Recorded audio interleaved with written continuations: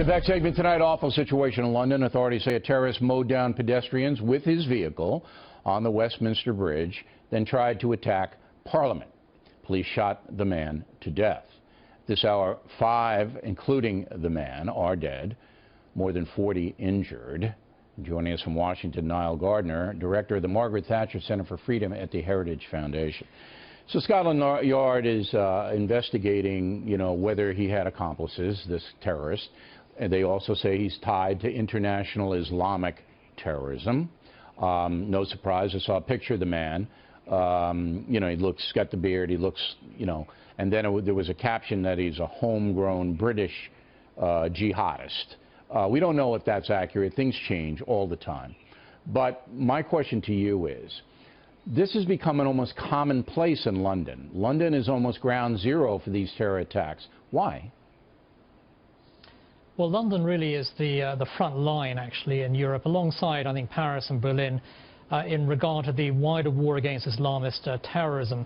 And over the last 3 years, the British authorities have thwarted no less than 13 major terror attacks in the United Kingdom. There are at least 500 active counter-terror investigations being conducted at this time. So the scale of the threat is absolutely huge. But there's no doubt about it that, we are sort of reaping the whirlwind in the UK and in Europe of decades of mass immigration policies. And now, of course, authorities are responding to concerted attacks across or concerted attempts to attack cities across Europe at this stage.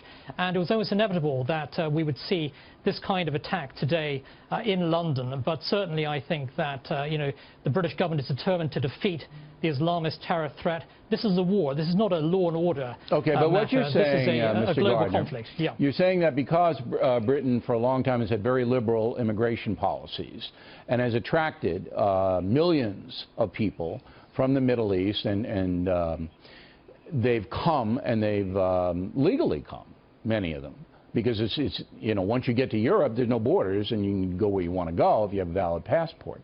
That because of the numbers, you're going to have some bad guys who are going to be tied into ISIS and Al-Qaeda. Is that pretty much why you're seeing the attacks?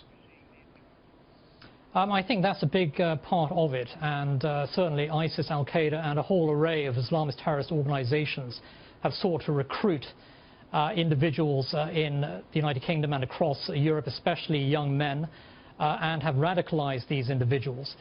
Several hundred Britons have traveled, in fact, to Iraq and Syria in recent years to fight with ISIS. About 3,000 Islamists have traveled from the European Union to fight with they can ISIS. Come back. Some of those individuals are returning, yes. Yeah, certainly many of them have come back. This is a pretty big Europe. difference, because if you fight for ISIS or even contact ISIS here in the United States, that's a felony.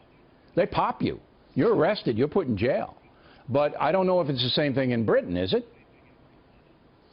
Well, we certainly do need to see far tougher measures in place in the UK and across Europe. There's a massive threat to security across Yeah, I don't know what the law is in Britain about hanging out with ISIS, but here in the United States, you get serious jail time if they can prove that.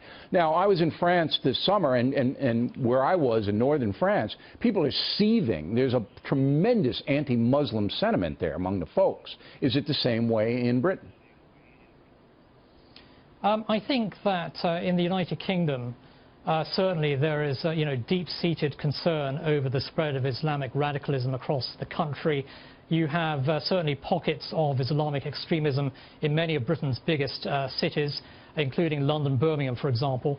But I think that this is a generational conflict that Britain will have to wage against the Islamists. I think that what you're seeing in France, Britain, Germany, and other European cities is the shape of things to come, unless governments are willing to fight the Islamists at home and abroad, and emphatically, of course, crush the ISIS and Al-Qaeda threat.